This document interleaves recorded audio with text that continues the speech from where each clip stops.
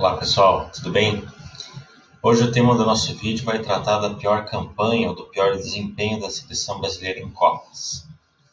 Primeiramente, fica claro que não se trata do pior time, do pior elenco, do pior plantel.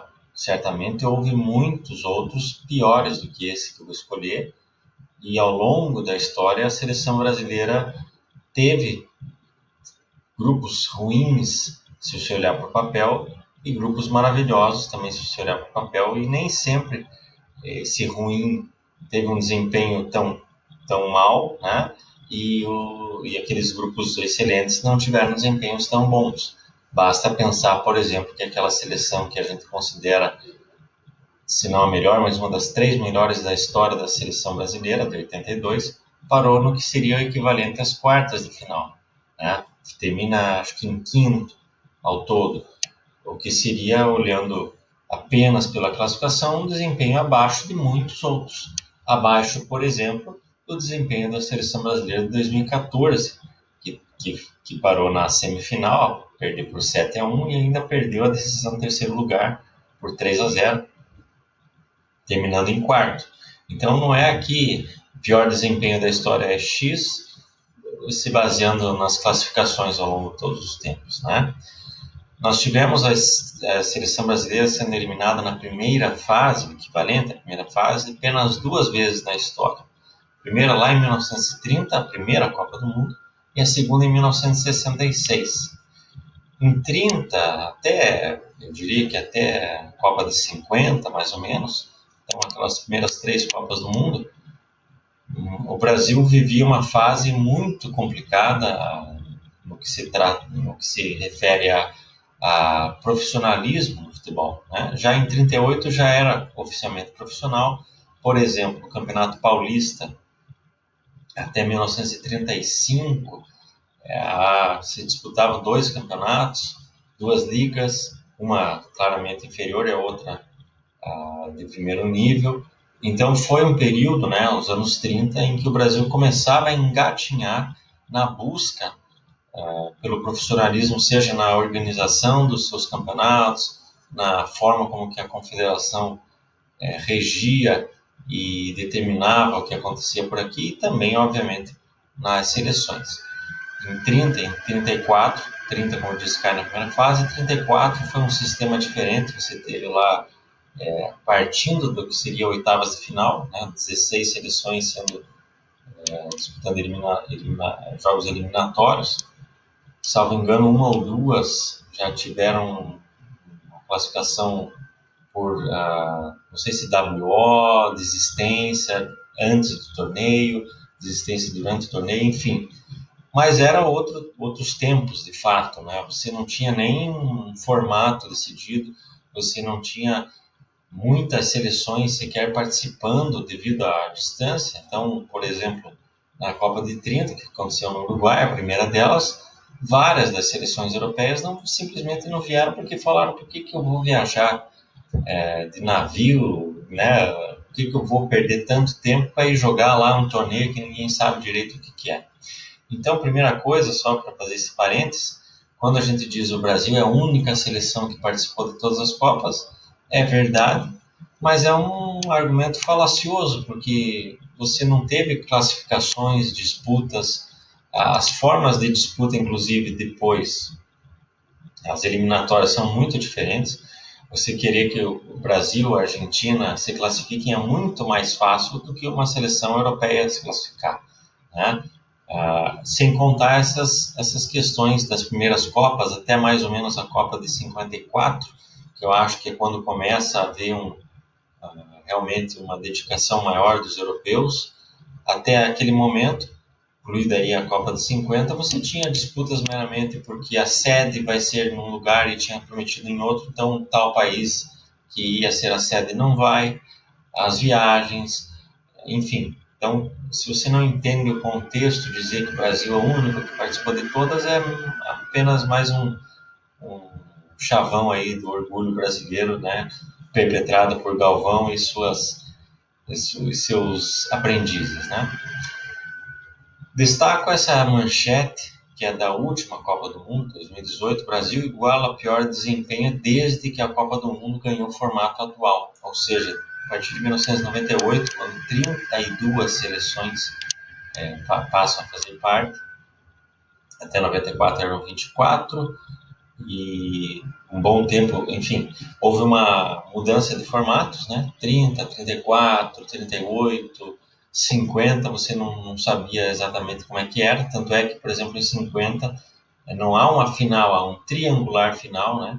Brasil, Uruguai e não me lembro qual que era o último classificado, mas acabou que coincidiu de que aquele último jogo, Brasil-Uruguai, fosse a decisão justamente dos dois que podiam ser campeões. Mas a partir de 54 você começa a ter o esquema, né, das quartas de final, os grupos mais montadinho. De 74 a 82, as 3 Copas, você teve aquele sistema de classificação em que não havia quartas e semifinal, mas você teria grupos e o melhor classificado desse grupo iria para a final e o segundo melhor classificado iria para a decisão do terceiro lugar, né? Isso acontece então em 74, em 78. Em 82 acontece também, mas daí já apenas grupos de 3, vai para a semifinal, enfim, até chegar no formato que nós conhecemos é somente em 86.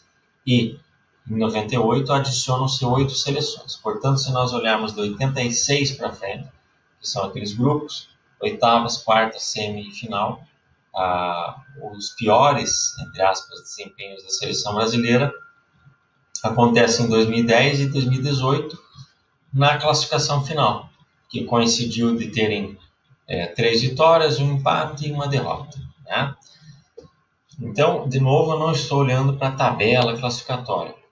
1930 e 66 seriam as piores seleções. Vou colocar aqui a imagem de 66, que a gente muito fala, inclusive, né, o pessoal mais antigo fala muito dessa seleção como uma grande decepção, porque você tinha 4 times praticamente. Você tinha um plantel de 40 e tantos jogadores, você poderia montar 4 equipes e acabou que montou-se ali o necessário para viajar, mas não funcionou, né?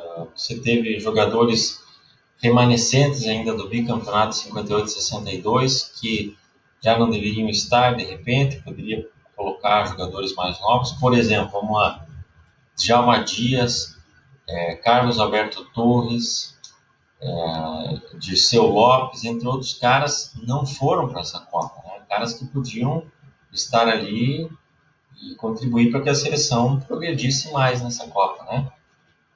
Daí você tinha o próprio Bellini, né? O Garrincha, que já era um ex-jogador em atividade, mas por ser Garrincha, por ter feito o que fez e por ser um talento natural, ele foi levado para lá, né? Ele já estava, não sei se já estava ou se iria para o Corinthians nesse período, mas a passagem dele no Corinthians é muito ruim, né? São 13 jogos e 2 gols. Claro que o número de gols nunca foi a base para medir o Garrincha, mas foi realmente um período muito ruim. Já estava sofrendo demais com as lesões ou as consequências dos tratamentos mal feitos e feitos às pressas, sem qualquer exame verdadeiro, né? No Garrincha, os problemas que ele já tinha naturais que foram se agravando cada vez mais com a forma como ele foi tratado ao longo de todo esse tempo. E outra coisa que a gente lembra muito dessa Copa é o quanto o Pelé apanhou, né?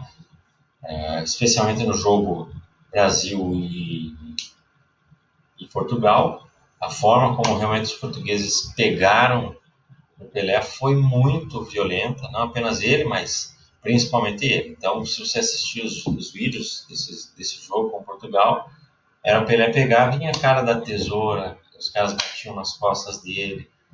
Então, a gente até pode atenuar esse desempenho ruim, sabendo do contexto que foi para a seleção ser montada, do contexto que era no Brasil, eu já falei várias vezes no canal disso. O torneio de São Paulo teve 4 campeões, né? O Brasil não participa da Libertadores da América naquele ano, entre outras situações. A única vez que não participou nenhum time brasileiro da Libertadores da América, porque simplesmente os caras não sabiam o que fazer. E aí em 69 e 70 também acontece esse problema, mas daí devido aos critérios de Taça Brasil, a Taça Brasil foi terminar lá para frente, enfim. Mas 66 é o ano do mais baixo da CBD, da organização brasileira, é esse ano.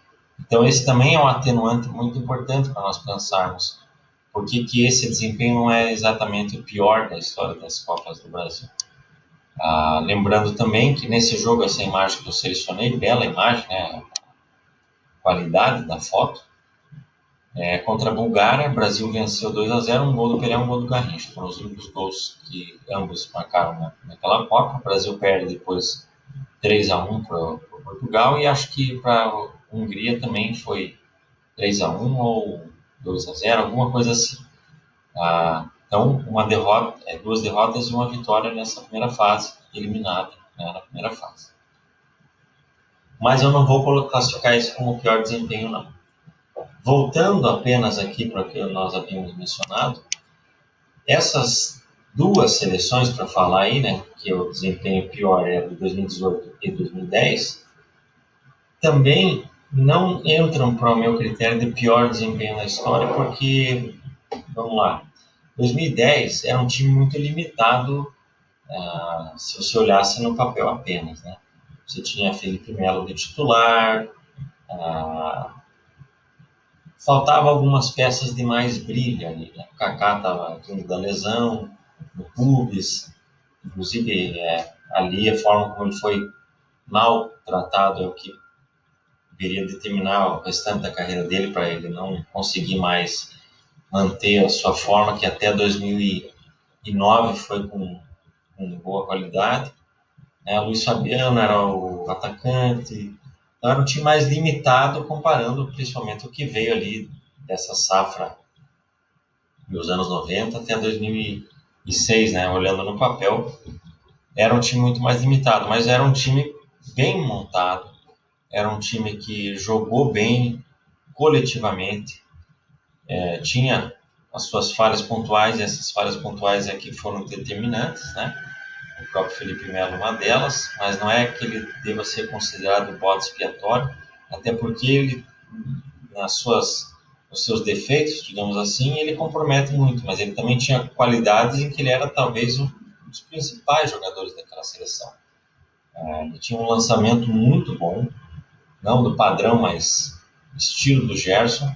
Determinou alguns lances muito importantes, por exemplo, na estreia contra a Coreia do Norte. Nesse jogo da eliminação contra a Holanda, ele faz um passe excelente para o Robinho, e posso estar enganado, mas não estava impedido, né? O gol foi anulado. O Robinho faz um belo gol, assim, no lançamento do Felipe Melo, e acho que também teve um outro jogo, talvez Costa do Marfim, em que ele fez um passe também muito importante. De todo modo, repito, é um time bem montadinho, um time honesto, digamos assim. Foi em primeiro lugar nas eliminatórias e com algumas rodadas de antecedência classificou e foi campeão da Copa das Confederações, apesar de ter sofrido muito naquele primeiro tempo na final. Foi uma campanha muito boa. Então, de novo, e as pressões que havia naquela seleção, o Dunga como técnico, todas as brigas com os jornalistas, então, de repente, a imagem daquela seleção ficou muito marcada por conta disso, e a imprensa trata com mais peso do que merece o time, mas de novo, pelo desempenho em campo não foi tão ruim assim. 2018, mesma coisa. Você tinha ali, foi a Copa, né, que o Neymar se jogava o tempo todo, ficava rolando lá para fugir da marcação. Você teve o primeiro jogo com a Suíça, né, que o Brasil foi prejudicado claramente pela arbitragem. Acho que teve um empate, né, mas teria vencido, provavelmente. Empatou com o México, né? Não, ganhou do México, enfim, mas foi uma campanha, pegou Sérvia, ganhou da Sérvia, não me lembro outro time daquela primeira fase. Aí eliminou o México nas oitavas e nas quartas de final, de novo, alguns errinhos pontuais ali, mas também podia ter empatado aquele jogo, então não foi tão ruim, né? Acho que a expectativa sempre é que tem prejudicado, e aí a sequência já de eliminações, a quarta eliminação na sequência, é que prejudica. De todo modo, eu já falei também num dos vídeos aí, que o Brasil se tornou uma seleção de quartas de final. Quartas de final é realmente a nota de corte nas Copas do Mundo, é ali que você vai separar. Óbvio, né, que vai classificar 4 e 4 vão ficar, mas aquelas sensações, ou aquelas seleções que você achava de início, ou que encantaram em algum momento, as quartas de final é o momento que elas se definem se elas são só aquela coisa fugaz ou se é uma seleção para partir para um grande desempenho e eventualmente o título. O Brasil se tornou uma seleção em que a quartas de final, fase quartas de final, é meio que um limite. Acredito que isso vai se repetir em 2022 também, mas pode ser que mude alguma coisa até lá, né?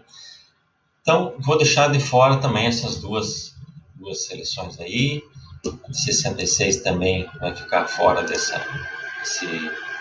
corte para nós. Então, vou começar a falar das seleções que realmente eu acho que foram as piores até nós chegarmos ali, né?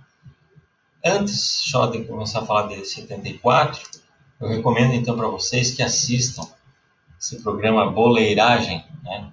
Roger Flores, um cara que eu não vejo em qualidade como jogador, né? Não me encantou como jogador, inclusive a passagem dele pelo Corinthians é bem vergonhosa, porque além de tudo ele foi um cara que perdeu um pênalti admitidamente para demitir o técnico, né? Grafite, gosto dele, jogou na Copa 2010, um cara que teve lá aquela situação, né, com os argentinos, ele mesmo já se retratou no sentido de que aquilo foi usado, ele foi manipulado de certa forma, ele achou que estava fazendo algo certo, mas viu que era palhaçada. E aqui dois caras espetaculares e super importantes que participaram ambos de 66 e de 70. O Edu participa de 66 como um menininho, né? Digamos que o Ronaldo Fenômeno foi em 94, que o Pelé tinha sido em 98, claro que o Pelé pôde jogar e pôde fazer o que fez, mas ele era aquela promessa, né? Então a gente sempre teve jogadores aí especiais, já muito jovens, em várias épocas, né? O Edu era um deles, em 66. E o Gerson, um monstro, né? O que ele fez na Copa de 70 só foi inferior aí ao Pelé e ao Gerd Müller, né? Da Alemanha. Mas um fenômeno também, o Gerson. Mas eu destaco para vocês o que eles falam, tanto da Copa de 70, claro, é legal sempre de ver. Inclusive o Gerson fala que entre aspas, eles torceram mesmo para que a Itália vencesse a Alemanha naquela semifinal. Ele achava que teria muito mais problemas se fosse a final com a Alemanha, né? E acabou que a gente fala muito isso, né? Aquelas prorrogações, a Itália foi levada ao limite para passar da Alemanha e aí chega no Brasil vendida, né? Claro que o Brasil era superior, ia vencer, como o Gerson fala, da análise dele com a seleção italiana, mas também aquela semifinal prejudicou muito. E, curiosamente, em 82, a França e a Alemanha se enfrentam na semifinal, né? E aí a França desgasta a Alemanha acaba passando, e a Alemanha enfrenta a Itália na semifinal e toma um baile da Itália. Então, é uma história cíclica, né? Mas aí o que eles falam de 66 é muito interessante. Eles dão alguns detalhes sobre coisas que eu já falei, dos convocados, dos não convocados. O Gerson dá nome a alguns bois de gente que não devia estar lá e gente que deveria estar também, né? Então fica essa recomendação, vou deixar no link. Tem acho que uns 50 aí, quase uma hora, mas vale muito a pena, tá? Então 74 é uma seleção, um desempenho, uma performance, uma campanha que merece ficar entre as piores, né? Não vai ser a pior, né? Mas é uma das piores campanhas da história da seleção brasileira em vários sentidos. No primeiro sentido, algo que eu já falei também no vídeo da Copa de 98, Aqui, né, que começa algo que eu considero muito prejudicial e que vai ter tudo a ver com a escolha da pior campanha nesse vídeo. Viver do passado, utilizar o passado como resposta para qualquer deficiência do presente. Utilizar o que foi para você overlook, né? Você meio que deixar de lado, fazer vista grossa, no bom português, para algo ruim do presente. Começa aí. Começa aí quando naquele jogo com a Holanda, que a Holanda desmonta o Brasil, um dos jogos mais humilhantes no sentido de que você tinha uma equipe boa no plantel, porra, Leão, goleiraço, Jairzinho e Rivelino, camisa 10. Né? Para citar só esses três, não citar todo mundo, mas tinha caras fenomenais aí, né? Vários deles. Mas esses três, né? O Leão no gol, o Jairzinho e o Rivelino, uma seleção que no nome você pensa, pô, é um puta time, né? Mas acontece que foi uma campanha, desde o início, muito ruim. Mas nesse jogo com a Holanda, a Holanda pôs na roda. A quantidade de vezes em que os jogadores brasileiros estavam impedidos, especialmente o querido Rivelino, é assustador. E eram impedimentos de verdade. Por quê? Porque a Holanda fazia tal da linha de impedimento, mas fazia com maestria. E além deles fazerem com qualidade, o Brasil estava perdido naquela situação, não entendeu o que estava rolando. Então tem um dado lance, que agora me vem só o flash, em que, um dado momento que o Rivelino está impedido, ele quase que fala, mas pô, né? Faz um sinal assim de como é possível de novo isso está acontecendo. E foi 2-0, saiu barato, né, um gol do Cruyff. E o Paulo César Caju, Luiz Pereira, nada a ver. Luiz Pereira, o Chevrolet, zagueiro especial, Palmeiras, um cara, além da qualidade dele, também a elegância e a fama de não bater, né? A fama de ser um cara limpo. Foi expulso nesse jogo porque deu uma entrada violentíssima, mas porque a cabeça dele já estava em outra, né? E aí o Luiz Pereira está saindo do campo, quando foi expulso, no vestiário. Os holandeses ali, ó, talvez rolou coisa de racismo, provavelmente, mas sei lá, os caras estavam ali buzinando nele. E ele, o que ele começa a fazer? Bater na camisa e fazer o sinalzinho de 3, né? As 3 estrelinhas do tri da última Copa do Mundo. Então começava ali essa situação. Não, nós somos tri, vocês, quem são vocês, holandeses? Era a segunda participação da Holanda em Copas. Eles haviam participado em 38 e só. E aí joga em 74, mas joga para ir para a final. Em 78 vai para a final também.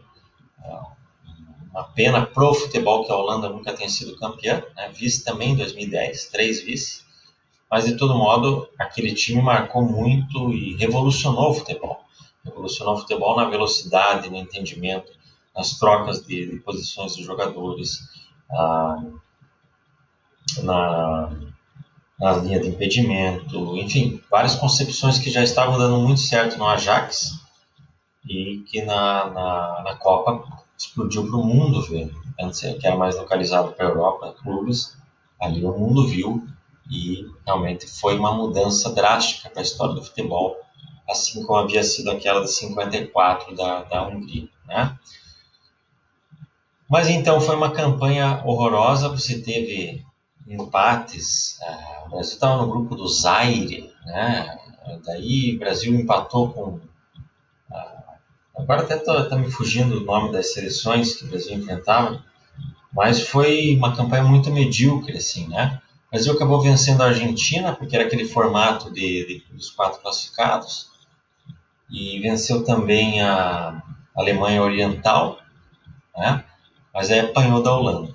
Então foram empates e derrotas que realmente mancham a história dessa seleção, mas até pela qualidade do adversário, pelo tamanho do adversário que o eliminou e pelo que o adversário representa para a história, não vai ser, portanto, a pior das seleções, pior das campanhas da seleção brasileira.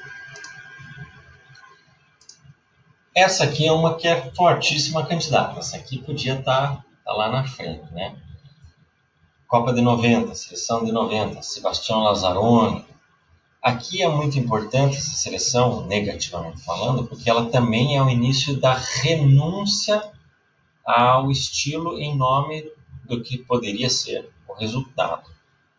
Então, se até 86, tirando 78, né, que foi aquela seleção bem pragmática, que eu já falei, fiz um vídeo especial sobre 78, não é uma das piores, é uma seleção boa, que cometeu erros graves que fez merecer a perda do título, mas é uma seleção boa, né, que jogou bem, de uma forma geral. Ela fez uma campanha que poderia ter sido muito melhor, cometeu erros claros, como eu disse, mas que ela não teve um desempenho de todo ruim. Mas, de todo modo, ela é a única daquela fase 58 para frente, tirando 66, que foi eliminada, que não jogou o futebol mais clássico do Brasil, que é o toque de bola, futebol bem objetivo e ofensivo. Em 90 começa, de fato, uma espécie de rediscussão, né? Isso que hoje a gente até hoje fala, resultado, ou jogar bonito, jogar bem e perder, ou jogar feio e ganhar. Aqui foi muito forte essa discussão, porque vinha de 82, que jogou lindamente e perdeu para um time mais de resultados. Em 86, que também, apesar de já terem jogadores envelhecidos, algumas ideias do Tele que ele aplicou bem em 82 e 86 já estavam um pouquinho mais manjadas, teve problemas de elenco de novo, caras que desistiram da Copa e tal, mas jogou bem, jogou bonito, fez belas apresentações e acabou sendo eliminado de novo, também ali pela França, né, nos pênaltis. Então em 90 já vem com uma outra proposta. Tanto é assim que ficou famosa essa seleção, essa equipe de Era Dunga, né? O Dunga ficou com um símbolo negativo, ele tinha ainda cabelinho partido, tigelinha, ficou marcado por aquela seleção que realmente jogava feio, prendendo a bola. Mas a verdade é que quando jogou contra a Argentina, o Brasil jogou muito bem. O Brasil teve 2, 3 lances lá, que podia ter sido gol. O Miller perde um gol ridículo. E também esse jogo contra a Argentina que ficou famoso aí pela tal da água batizada, pro branco e tal. Mas eu até selecionei essa imagem porque tem um aspecto que é pouquíssimo lembrado desse jogo em específico. O que aconteceu com o Pelé em 66 não se compara, mas os caras tentaram igualar aqui. Inclusive, na Copa de 90, o Maradona sofre ao todo 50 faltas. Somente Diego Maradona, naquelas 7 partidas da Argentina, portanto, uma média de mais de 7 faltas sofridas, marcadas, né, objetivamente contra ele, aconteceram nessa Copa, uma média de 7 por jogo. E o que os caras bateram no Maradona brasileiros não está no gibi.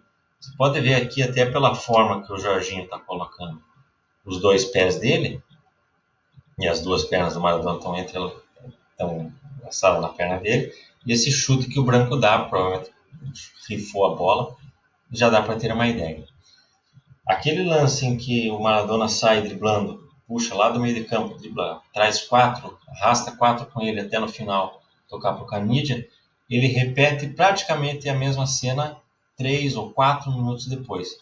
E o Ricardo Gomes vem e dá um carrinho nele, rifa e é expulso direto, né?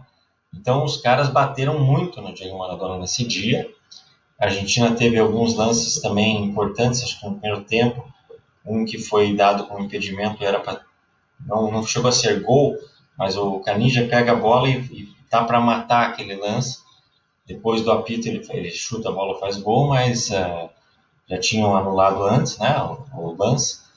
Então a Argentina jogou bem pragmática nesse jogo e tinha um gênio, tinha um extra classe, um fore classe, como se diz no italiano, que decidiu o jogo. Então a água batizada virou muito mais um troço folclórico, o próprio Maradona falou lá no negócio. Então a gente não sabe qual que é a medida. O próprio branco tem o desempenho que ele fala, mas eu não colocaria a culpa naquilo, né? Na jogada, o branco está meio afastado, então tem 4 para morder o Maradona, o branco está ali atrás. Se ele foi o que tomou essa água, não explica o fato dos outros 4 terem sido rifados pelo Maradona ali, né? O Brasil, na primeira fase, pega Costa Rica, Suécia e Escócia. Não me lembro agora de cabeça os placares, mas eu acho que teve um empate e 2 vitórias. De todo modo, vitórias magras. Né? Passou um tempo ali, faz um golzinho meio tosco. Acho que o Careca fez 2 gols e talvez o próprio Miller tenha feito.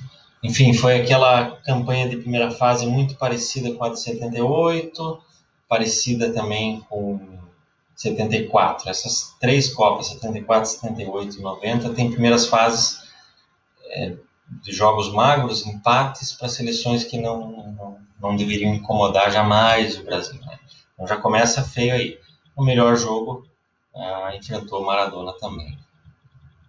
Então fica essa seleção, eu colocaria 74 e 90 como o top 3 aí desse pódio invertido. Seriam as 2 piores, mas a pior, vamos lá, a pior campanha, a pior performance, o pior desempenho da seleção brasileira em Copas, considerando tudo que eu já ponderei aqui, contexto, né, o formato da Copa, o que você precisaria fazer para essas classificações. Você repare que todas essas aqui tiveram situações que complicavam, né?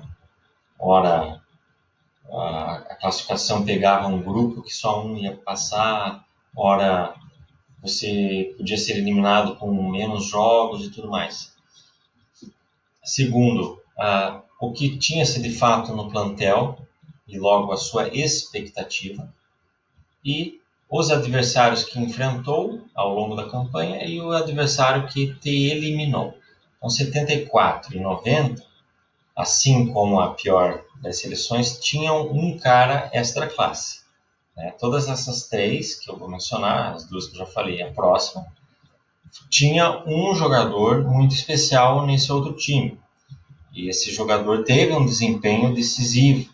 Cruyff, Maradona, e o próximo já vamos falar.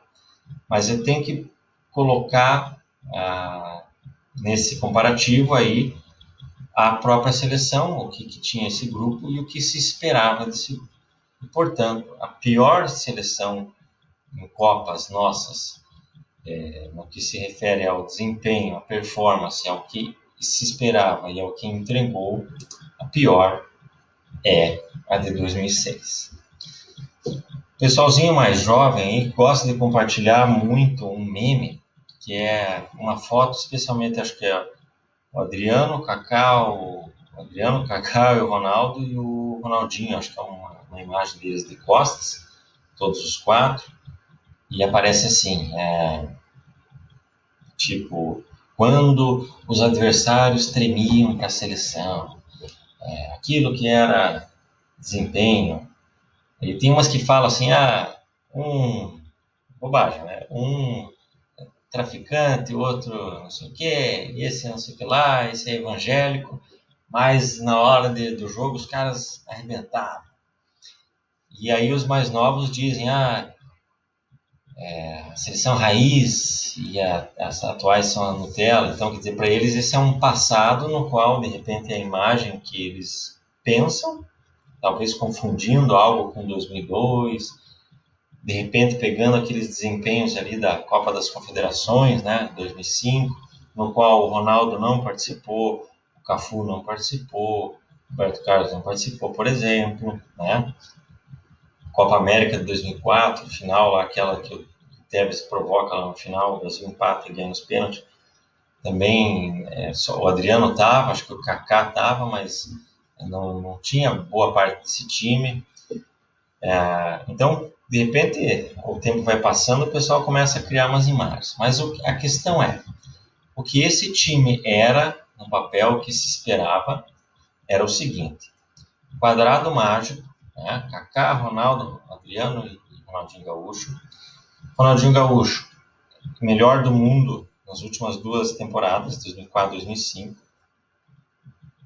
Capa da revista Época, com o Ronaldinho dizendo melhor do que Pelé, chamando os grandes jornalistas brasileiros aí, grandes em fama, Paulo César Vasconcelos, Renato Maurício Prado, Juca Kfouri, Trajano, todos eles para darem notas para o Pelé e para o Ronaldinho, né, habilidade, chute, força, marcação, velocidade, etc., para chegar à decisão e decidiram, né, notaram ali que o Pelé era melhor, continuava sendo melhor, mas que o Ronaldinho ganhando essa próxima Copa ficaria tudo na dúvida e tal.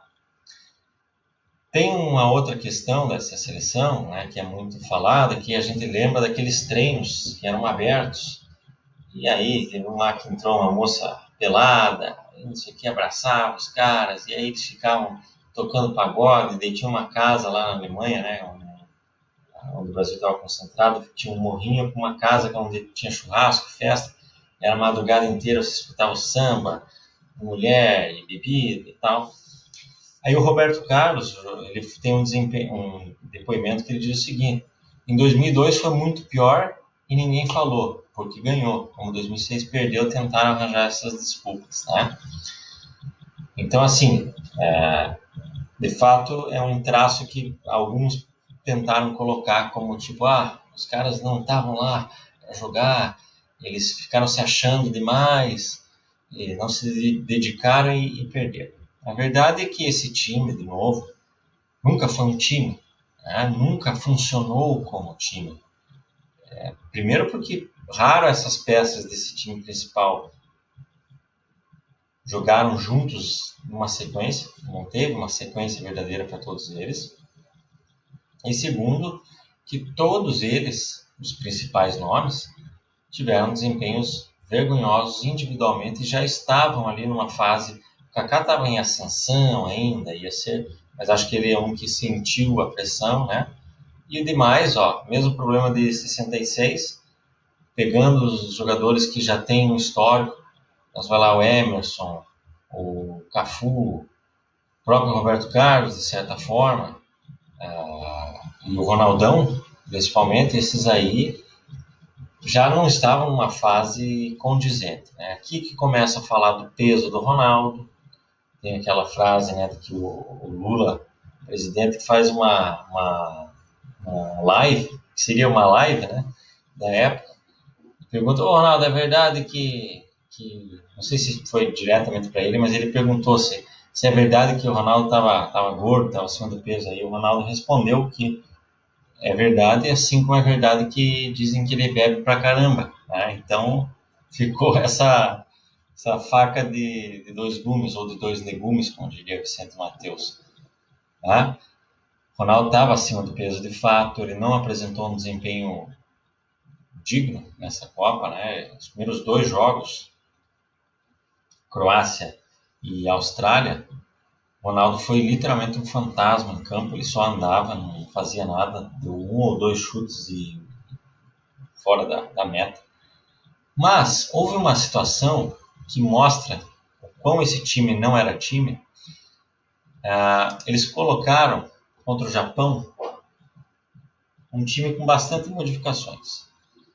O Gilberto Silva entrou no lugar do Emerson, o Juninho Pernambucano entrou no lugar do Zé Roberto, o Gilberto entrou no lugar do Roberto Carlos, o Robinho entrou no lugar do Adriano e o Cicinho entrou no lugar do Cafu. Então, um time mesclado, né? Claro, o Brasil já estava classificado, claro, o Japão é um time mais fraco, né? O Zico até era o técnico à época, mas foi um bom desempenho dessa seleção. Foi o único jogo bom dessa seleção foi esse.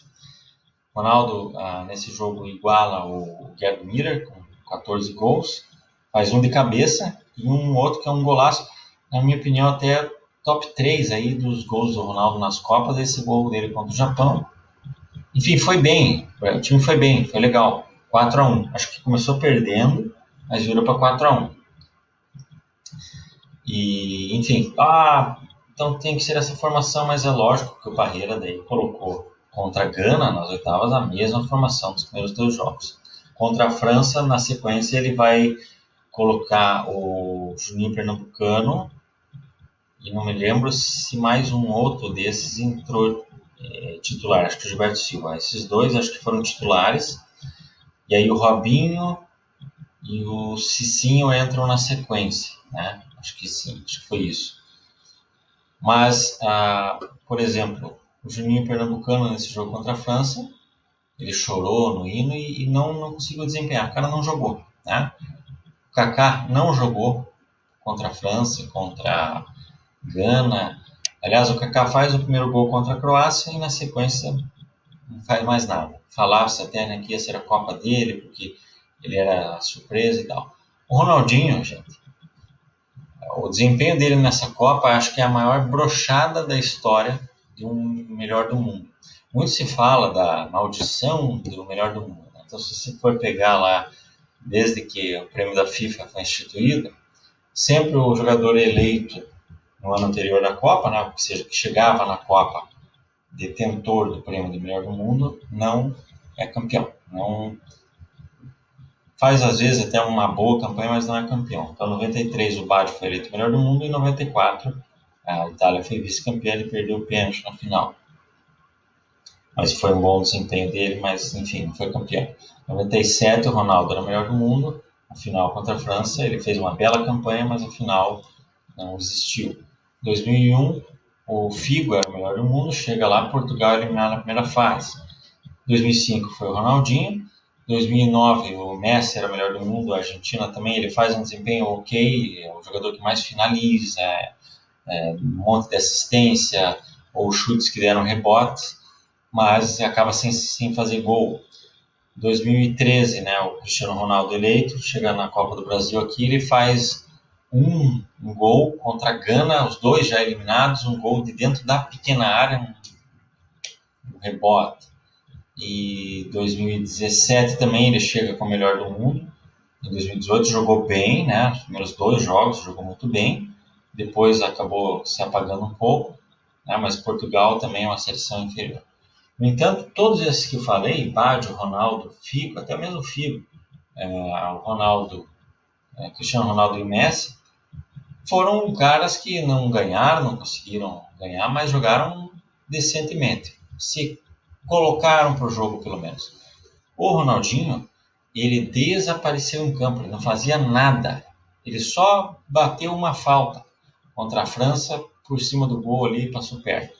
Mas ele não fez nada, ele não deu um passe para gol, ele não conseguia executar os dribles, ele ficava fazendo algumas firulinhas, mas não jogava bola. O motivo principal pelo qual eu coloco o Ronaldinho abaixo de todos os grandes nomes da seleção brasileira, e já falei até o Rivaldo, na Paralímpica coloca o Rivaldo acima dele, é por conta dessa Copa, né? Por conta da expectativa que havia nele e do que ele passou a não ser a partir daí, porque não foi só nessa Copa que ele não jogou. Ele passa a ser um ex-jogador depois disso. Basta lembrar a final da Supercopa da UEFA, né? Após a Copa do Mundo, ele não jogou nada. E aquele Mundial de Clubes contra o Internacional, né? Pô, Ronaldinho formado no Grêmio, acho que o cara vai vir com fome. O cara devia ter almoçado uma feijoada antes do jogo, porque ele não teve fome nenhuma, né? E depois ele só vai piorando a situação dele, a ponto dele ter feito 2 ou 3 bons jogos no Milan, e mais uns 3 ou 4 jogos bons no Atlético Mineiro, e só. Isso estou falando aí de quase 10 anos da carreira dele, que ele passou a ser um jogador absolutamente comum, para não dizer ruim, né? Então o Brasil enfrenta a Croácia, enfrenta a Austrália, não joga nada, vai bem contra o Japão com o time mesclado, o time morto, e aí Gana nas oitavas de final. Aqui é interessante, eu não sou muito adepto das teorias da conspiração, embora algumas delas façam muito sentido. Recomendo que você veja o vídeo o Brasil merecia ter 5 Copas do Mundo, em que eu trato 78 e 62. E lá também eu falo que 66 aí não teve o Brasil envolvido, mas foi uma Copa muito bizarra também, nesse sentido. Mas há contra a Gana, que é as oitavas de final, o Brasil vence por 3-0. O Ronaldo faz o 15º gol, inaugura o recorde, né, que vai perder para o Close. O Adriano faz um, e o outro acho que foi do Zé Roberto. Zé Roberto, o único cara que jogou bola de verdade nessa seleção foi ele. De todos os jogadores, o único que jogou bem essa Copa foi o Zé Roberto. Mas em 2006, e aqui não é uma notícia, não é um depoimento isolado, são vários. Há um livro desse jornalista Declan Hill, canadense. Ele falou dos jogos que foram manipulados e que tiveram envolvimento em aposta. Então, jogadores de certos times. Foram 4 jogos que foram considerados dessa Copa.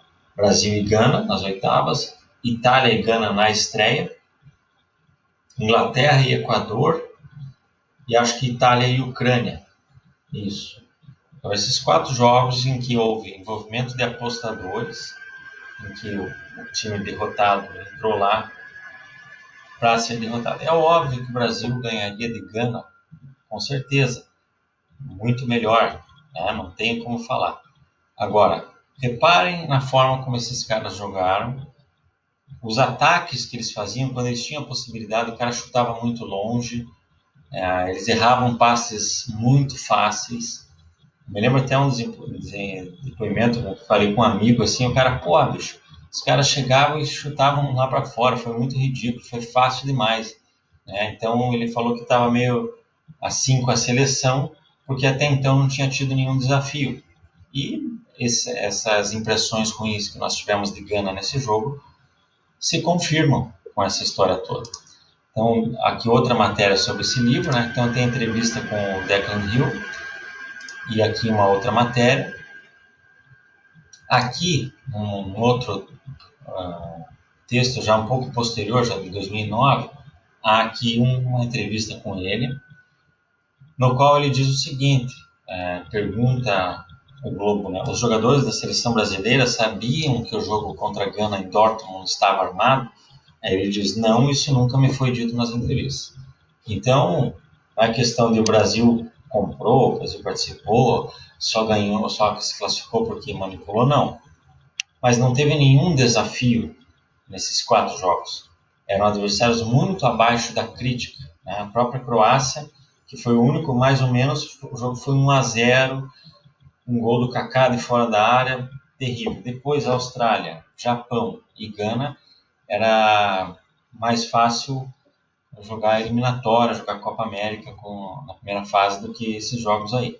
E aí vem a França, a gente sabe o que aconteceu. FIFA investigará possível manipulação de resultados em jogo do Brasil. O Joseph Blatter falou que ia investigar. Mas a gente sabe quem é Joseph Blatter, a gente sabe quem é como dirigente Michel Platini, quem é, infelizmente, como dirigente Franz Beckenbauer, tudo que já aconteceu, né? José Maria Marinho, Ricardo Teixeira.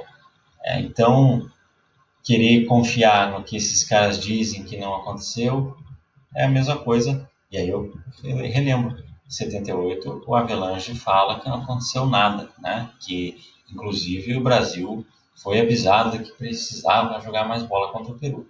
Então, os pesos e as medidas, né? Aqui nós temos o depoimento de fulano e ciclano dizendo que não aconteceu nada. Lá nós temos o depoimento do João Avelange dizendo que não aconteceu nada na Copa da Argentina. E aqui, já mais tarde, já recente, em 2016, nós temos essa matéria sobre o Wilson Perumal.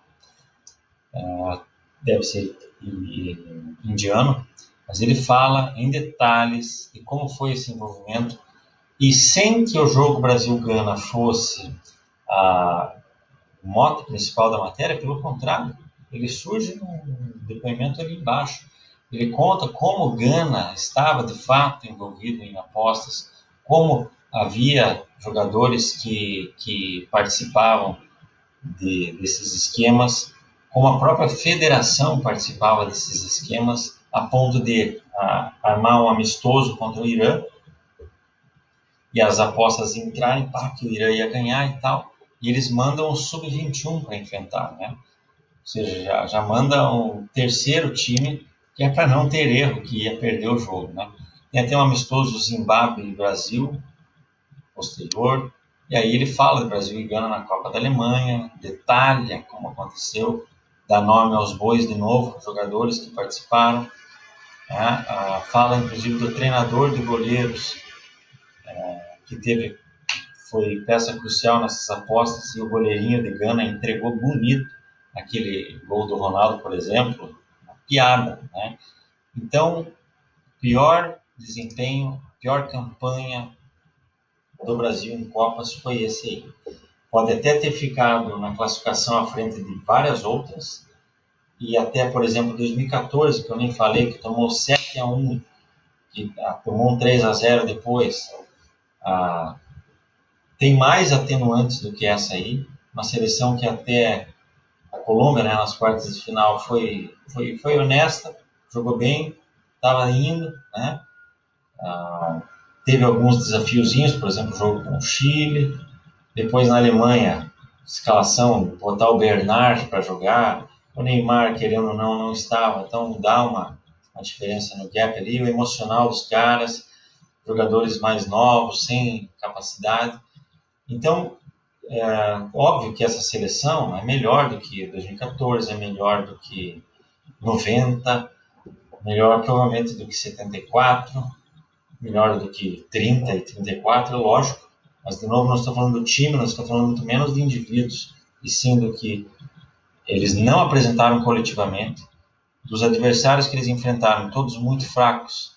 E quando enfrentaram um adversário de qualidade, Zidane, sozinho, arrebentou com essa seleção. Os maiores desempenhos individuais da história é do Zidane. E esses atenuantes do jogo contra a Gana, o fato de ter jogadores aí que você fala e exalta e que ali não entregaram nada, né? Ronaldinho principalmente, mas também o Kaká. Ronaldão já tinha uma bagagem muito grande, mas história não ganha jogo, como eu disse, em 74. Cafu não tinha mais condições de jogar. Roberto Carlos acabou sendo crucificado por causa da meia, nem é a culpa dele. E o único que jogou bem foi o Zé Roberto. Adriano, outro que a gente esperava muito, pensava, sucessor do Ronaldo, não sei o quê. Fez um golzinho mequetrefe contra a Austrália, foi substituído em vários jogos. Enfim, a pior campanha da seleção brasileira na história das Copas foi a de 2006. Beleza? Um abraço a todos.